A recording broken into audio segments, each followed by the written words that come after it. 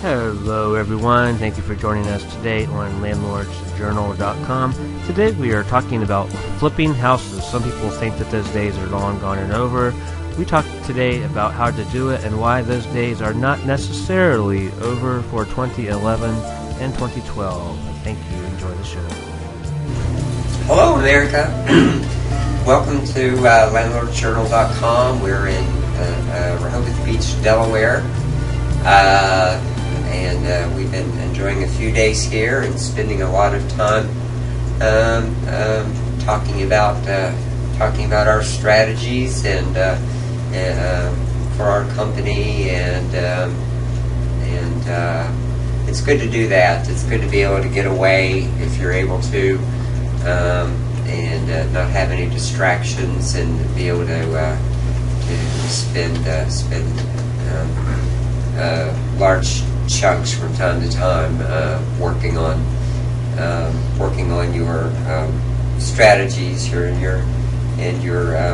discussing your plans for the future and such. So we've been doing that for a few days here on the Delaware coast, and today we're going to spend some time filming, and we're going to do a few podcasts. In this podcast today, we're talking about evaluating a flip. Evaluating a property to flip. Evaluating a property to flip.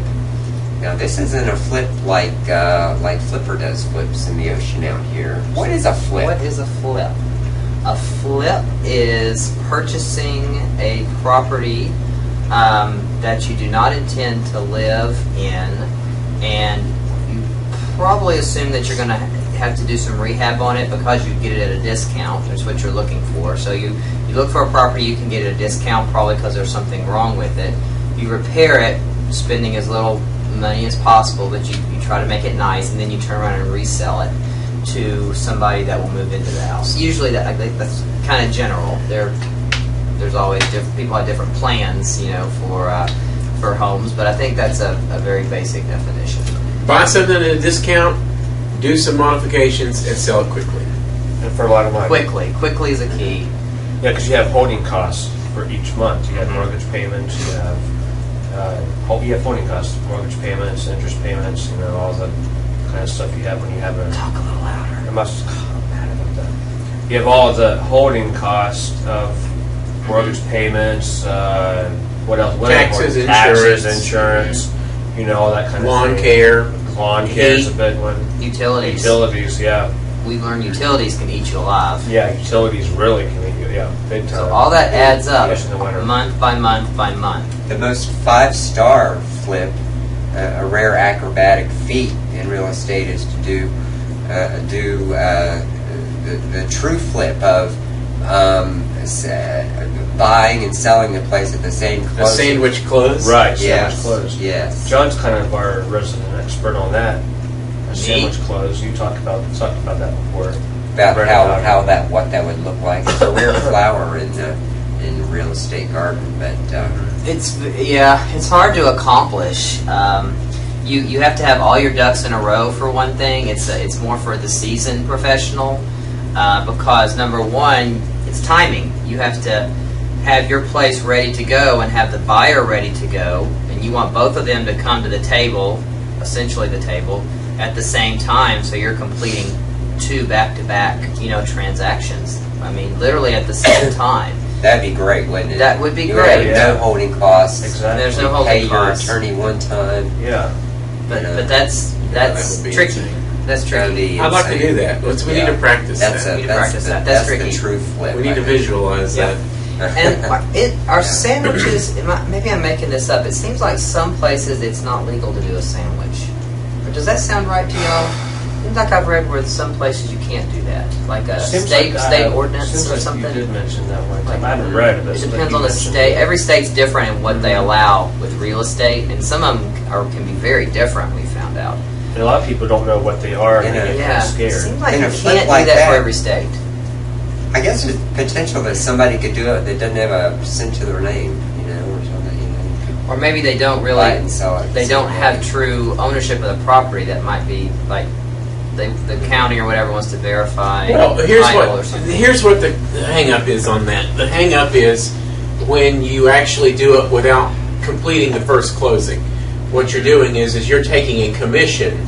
It's about whether you're licensed to take a commission. That's where it comes into play. You're And- exactly right. That's So where it is possible for you to buy it and then immediately sell it. That's technically possible. But that sandwich thing that where there was some There's a legal, licensing where there issue. was there was a legal issue about whether you could take a commission by party one is selling and party two is buying, and whether or not I have to have ownership before I can sell it to you Right. and take money instead of just letting him sell it directly That's to exactly him right. with me taking the fee. without a real estate license, Yeah. where you have a commission. But that, I think that's going outside. That's I think we really want to. tangential, isn't it? Yeah.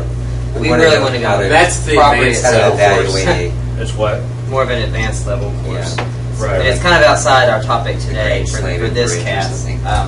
We want to talk, I think, about the physical property itself, what you look for. Yeah. And I think one thing that we all have learned years ago is that you make your money when you buy your property. And I think at first when we heard that, I thought, well, that sounds kind of backwards and odd. I mean, I understand it now. What that essentially means is you want to look for the sweet deal. You want to look for the low-hanging fruit to pick. You want to get the property for basically cheap. Not only cheap, but you don't want to pick a property that's necessarily fallen in. All the walls are falling in. Not that cheap, but you want to find a good deal. We're leaving enough room to make some profit. Yeah, you need to. That's it right there. Yeah, that's another important concept. Yeah. Bob talks about that a lot. Leave enough room to make some profit and also For the next be able- guy. For the next For guy. the next guy, yeah. That's right. It's What a if- chain. What if the next guy is just wanting to live in it as a home buyer, not wanting to? And that's okay Well, too. at least But he has to then have, even if it's not for him to make money, it's at least for him to feel like he's getting a good deal. he's getting a good deal and He's that going it's to worth buy it. this house Might rather be than the good one down the incentive. street because Incentive. Saying Pay ours. prices aggressively. 5,000. Yeah. Yeah, price it aggressively. Yeah, you can always work on that and deal with it, but like with all, I think with all real estate deals, it should be a win-win. You know, we want to feel like we've done well, but then the buyer wants to feel like they've done well. In order You know? for the deal to go quickly, Yeah, and just get to have some money out of you it. just want to have a good feeling about it when it's over too, whether you're on the buyer end or the seller end. At least that's how I feel, And in and I think today's, that's how we all feel. in today's economy, it's very difficult to flip a house. It's not like it used to be. When you guys agree? There's Yes. the credit markets. That's what it's about. Yeah. That is 100% what it's about. Two things. One, a lot fewer people are eligible for credit. And of some of those that are eligible, a lot of people think that they're not. Because of the That's another changes. thing, Yeah. right? They So want it's you a to double buy. whammy. So it's shrinking the potential buyer market quite a bit, so that you got two types of people. I mean, I guess that's not entirely true, because there are some first-time homeowners. So there's a lot of first-time homeowners that are out there in the market, but a lot of this is people that are more experienced investors that recognize this is a good time to buy property. It's a great time to buy property. It's the best time we've had to buy property since the 80s. Yeah. And so I think that makes it a little bit harder to do transactions, because just like us, we expect a gym. We're not going to buy anything that's not a gym. And so in order to sell something to someone that's similar to us, you got to have a lot of room. You got to have a lot of room to make money and really get a good price for us and be able to get something that gives somebody else a great opportunity as well. And a lot of that, sometimes that has to do with doing the legwork, like getting a place ready. There are some investors that are money people that know that they want to do it, but they don't want the hassle of the cleanup and the light repair. I'm not talking about major repairs, because we're not into that either. We've done it, but we're not. That's not what we're targeting. And so I think there's room in that market that people with money are willing to spend a little extra in order to not have the hassle and have a turnkey operation. Yeah, nobody wants to go into a house, and if they're looking to buy a house and looking to live in it and raise their family, no one wants to see drama going on in the house and being a crap hole and they got to do this, they got to do that, they got to do this. I mean, a lot of times they don't have the money. Because a lot of times it's the mortgage. You got Exactly. this. I'm pre-approved for X number of dollars, and what they do is they buy a property that is this much below that limit. They can get it as close to that limit as they can, and they're out of money because Right. they've used the down payment based on that, and they don't have a lot of money left over. Right. That's the way I was in my first place. There were things that I wanted to do but didn't have the money to do. I think an equally important part in evaluation of a flip is it's important in what we're talking about. Finding product that is available at a good price. But on the other end, you've got to you've also got to know do your homework on what product is in demand in your market. Are you going to find if you could find a great property at a great price, but if there isn't demand for it, it's going to sit on your books for a long time. Exactly. So you've got to go and say, okay, what we're looking for. Maybe ask your realtor or go to some websites. John, you might know about this. About go and look and see what's selling in the area. Is it 3 bedrooms? Is it a 1 bedroom? Depending on the community, it might be condos, an old 1 bedroom condo. Is that what's selling? Are you in a retirement area? Is it 3 bedroom houses for families? And what prices? What's the median price? And what's the length of time that a property sits on the market? Mm-hmm. Say if the median price in your area is $75,000 for a 3 bedroom, and the median time it sits on the market is 180 days. Maybe you're wanting to find a property that you're going to be able to price at. Instead of 75, you can price it at 65. And realize we're throwing out numbers here based on our home market. Yeah. And we realize that some of you are going to hear that and say, "Oh my Lord, what could you do? What could you do? You couldn't even get a rat trap for that." And We couldn't get an outhouse in Delaware. So right. Realize that part of Delaware, the beach. Yeah. We're talking about. We're talking about relative. You could put ones in front of those numbers. You could put 2s in front of those numbers. Zeros at the end. But somewhere, yeah. But part of it too, I think, is to know, because in a flip, part of a flip is you want it to turn over. You want to turn that property over. Mm-hmm. So you got to say, well, I want product that I'm going to have find me a 3 bedroom that I can sell for 65 and make money off of it, because the 3 bedrooms in my town are selling for 75, and that's the most popular dwelling that's selling these days. Is a 3 bedroom single family dwelling, So I think it's wise to maybe make some relationships with people that can help you sell the property, or where you might not dump it, but where you offload it to get ready for the next one. Because we have made some relationships with a couple of real estate agents that we're talking about doing a flip next. That's going to be one of our projects. Very seriously, we're considering.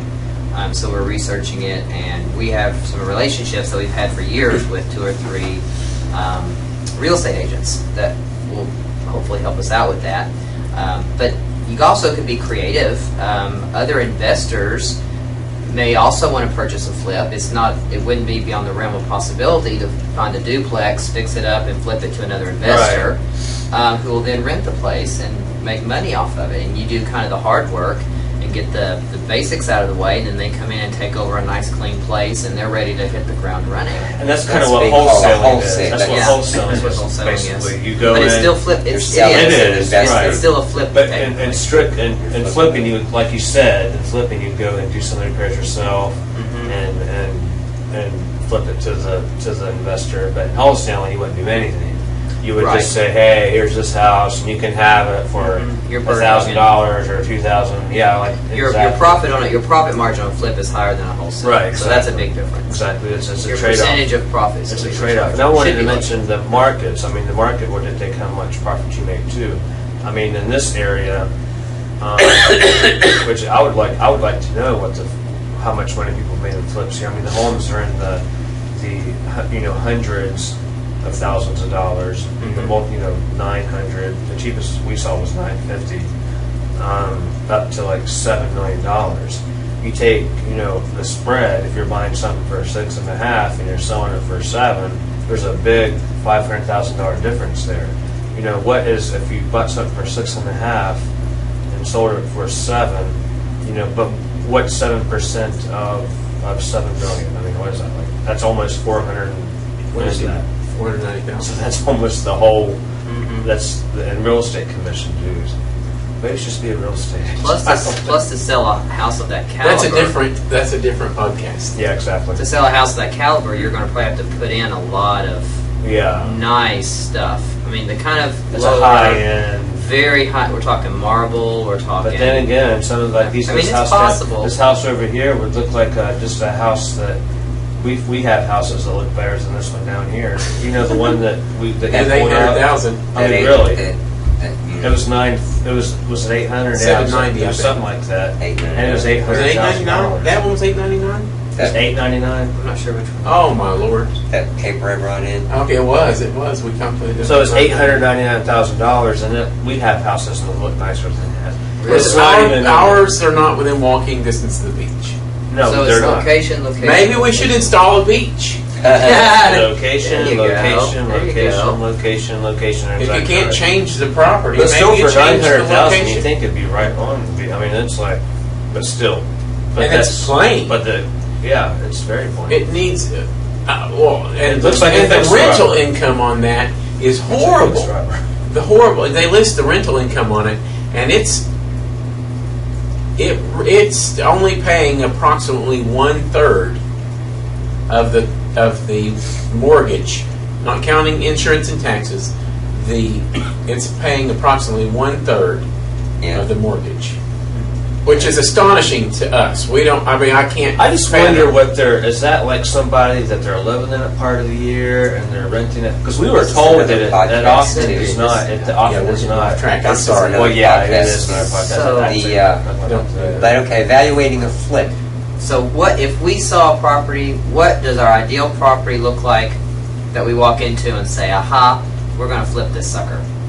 What physiologically does it look? I have an idea in my head of some things that would be good to see, and we're talking before you purchase it. Right. Okay, Before you do purchase it. What do you like? What do you? I like to see walls that need painting, and I like to. What did the investor said? The smell of cat pee equals money. Yeah. So that foul odor might help. And then shoddy floor, carpet, or things that are more cosmetic, I guess. Right. What I don't want to see is like a foundation problem. Right, no.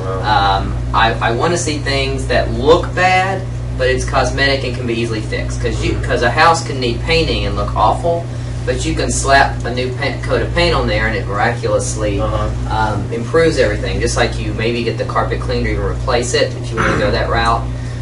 Those type of cosmetic things can help maybe dissuade somebody else from wanting to buy the property. Like, oh, this is too much trouble. Show me That's something exactly else, right. my real estate friend, agent. But an investor would not shy away from that. So I look for cosmetic things, but not structural Or things. find something like we were showing Friday that they've done a lot of the work. A lot of the stuff's new carpet, they paint and all that kind of stuff.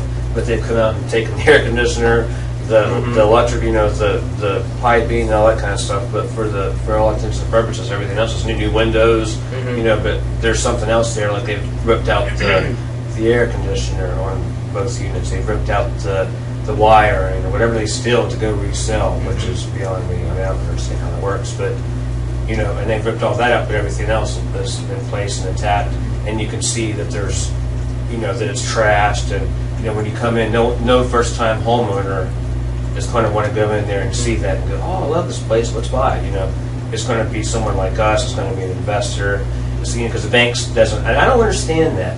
You would think the bank would go in there and at least attempt to clean the place up a little bit.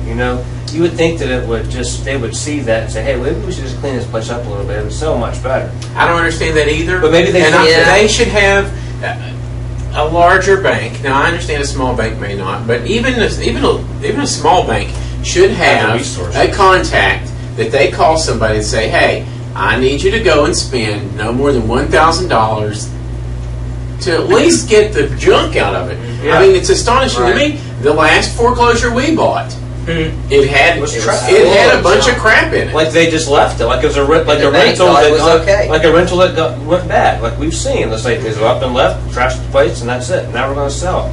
Well, that just goes to show you, banks are not interested in having property. That's exactly they don't right. deal with real estate. They are not in the real estate business. That's exactly And those become right. negotiating points for investors. And I'm thinking that it also has to do with a transference of responsibility.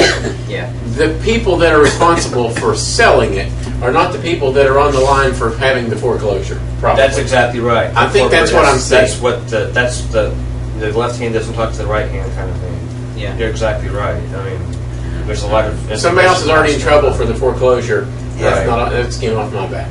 right. Yeah. So it's like Yeah, they're it not sits really on the books. yeah, The REO people are not. which is good for us to exploit. Yeah, it's that good for situation. investors. Yeah. And all these things we're talking about, we consider negotiating points that you want to definitely bring to the seller's attention. Even if it's cosmetic, the painting, the Oh carpet. my Lord, this is horrible. What are we going to do? I don't know if Take we can do pictures, this. yeah. This price, I don't know. Take pictures. You're going to have to take $10,000 off. Yeah, you just are. Yeah. And then don't be afraid to walk, because right now there's a glut. Is that the right word? There's a surplus, I guess, on the market of houses that are flippable. Yeah. So you can find yourself a sweet deal now. Now maybe 4 years ago that might have been harder to do, maybe, but now. So what if you walk away? There's going to be another one that you can find in 10 minutes. Be ready to rent it because the rental know? market's booming. And the rental Yeah. market's booming. So, but don't be afraid to walk away from something. You want to find a sweet deal. That's what I was talking about earlier on making your money when you purchase it. Because you purchase low enough, you put in just a little bit of rehab, you sell it quickly with no holding costs, you could have a very nice percentage of money on the end and still save room for the next guy. Right. So you've got all these positive aspects of the deal. That's what you call a flip. That's a flip. But the That's first the flip. key is getting it at a good. But I think the thing that you're talking about, I think paint, hole repair, new floor covering, those are easy fixes. Make it look nice. Maybe some landscaping outside here. Landscaping We've done is some huge. Landscaping is huge because a lot of times these kinds of places have been neglected. that. Yeah. Just planting, planting $200 or $300 on flowers. It's made a deal. It's made a big difference for us. And so I think that's what we're looking for in a flip is cosmetic things. I think the key to it is though, home buyers in a flip could just as easily be the first time home buyer. You've got to be careful that there's nothing that would scare potential. That means electrical needs to be in good order, plumbing, but not as much. I mean, it's not as important. People are afraid of electrical. Right. People are afraid of a roof. Roof. Don't buy something that you're wanting to flip unless you're willing to fix the roof. Don't buy something that needs a new roof this year unless you're willing to do it, because that's something that a owner occupant is not going to want to do. Right off the bat with a new house. Right. But then again, They're it gonna may think be it's going to be a disaster. it may be that It costs a lot. depending on your market, depending on who you're selling it to and where you are, putting a new roof on might be considered cosmetic. You know, maybe for us it's not with a certain property, but it could be something you're willing to take into account. Well, if you've got money, if you've got the money to do you're it, going to reap the benefit. absolutely. It's definitely possible. But don't do it unless you're willing to. Exactly. Don't buy one that's got electrical problems that you're unwilling to fix, or a roof problem that you're unwilling to fix, or a HVAC problem that you're unwilling to fix. So you need to evaluate. That's going to make it, because what you're doing is you're leaving it in. You're not leaving it in a state. The whole purpose, if you're going to sell it to a owner occupant or to another investor, the whole reason you're able to get in and make money is that you're willing to finish it. You're willing to get in and finish it. I think that's the key. That a flip should be something that you're willing to make nice for the next guy at whatever level. I mean, it doesn't have to be perfect, but it has to be so that the next person does not have to go in and spend a bunch of money. They should be able to, in theory, move in or start renting it immediately. Look for motivated sellers too. I We're know that's running out another of topic. We're running But out of time. No. look for motivated sellers. We done. Is that it? I was just going to look. No, but like there are lots of motivated sellers out there right now that, for whatever reason, are wanting to sell their property. They can't maintain the mortgage. They're REO properties. You know, the bank could very well be a motivated seller. Again, that's where you make your money on the onset.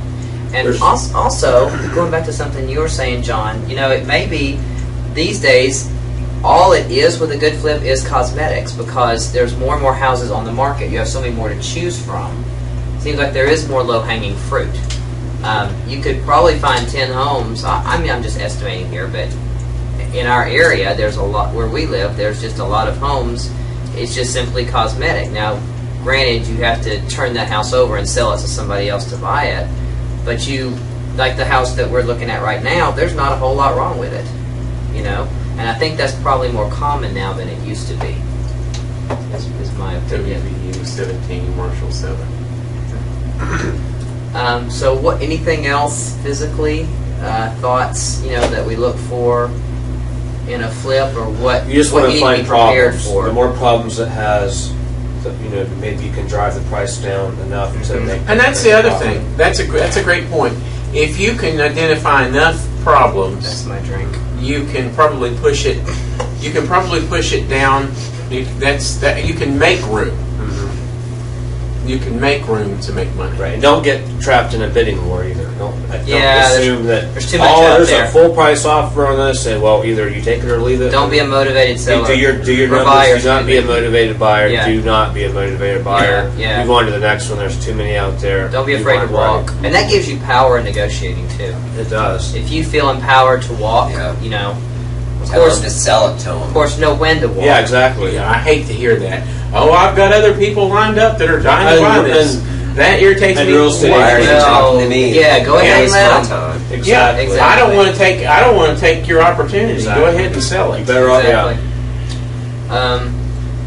Do we have 20 more minutes left on this one, or is it? That's what's on the thing. I don't know how long we wanted it to go. It would be I'd say about 30 or so. well. Then we're at over 30 We're over 30. on this time.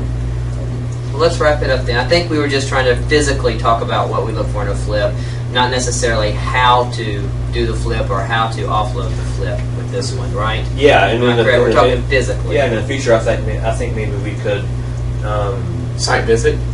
Yeah, well, yeah, that'd be good. and like have like a top 5 or top 10 list of things to look out for or consider when you're doing a flip, or have that and at the end flash them up on the screen and to talk about it and be done. Kind of like what you're talking about, Donnie. I was inspired by what you said. You said that there's a website kind of did that. That Motley, Yeah, and cool. I thought maybe we could do that with our stuff. Have like a how-to You could or do a- tips yeah. thing or Have it something like that. step by step with with the flip at processing a flip. Right. You go in, you go in, you find out what their number is. You take photographs of the deficiencies. You get estimates on what it would cost to fix those deficiencies. Provide them estimates, Right. whether they're your own numbers or if you have somebody. But tell them, Lord, look at these problems. Make a list of make your counter offer and say this is where it is and why I have to have your property at this price rather than what you're asking. It needs to stick right here. It needs to stick in your to throat. sound pretty low. It needs to sound because embarrassing you low. wanna- Yeah. And then you go from there. Because that's how you make can your put all that together. We can make a worksheet. Yeah, that's how that's what they mean when you buy it. Buy it low enough, leave yourself a nice a lot of room to work on and be done with it. You guys you got anything else to say, Bob? Nope. Nothing else on this topic. So I think you start flipping properties just in have to be America and flip for joy when you start Backflip. getting those checks. flip all the way to the bank. That's right. Bye-bye. Bye. We'll see you soon. Thank you for joining us today on landlordsjournal.com on another exciting podcast for September the 4th, 2011 at our annual investors meeting in Rehoboth Beach, Delaware, a very corporate, friendly state. Again, enjoy us next week when we discuss other topics here on landlordsjournal.com. And be sure to check out our forums on our website as well, and stay tuned for all kinds of exciting new happenings here on landlordsjournal.com.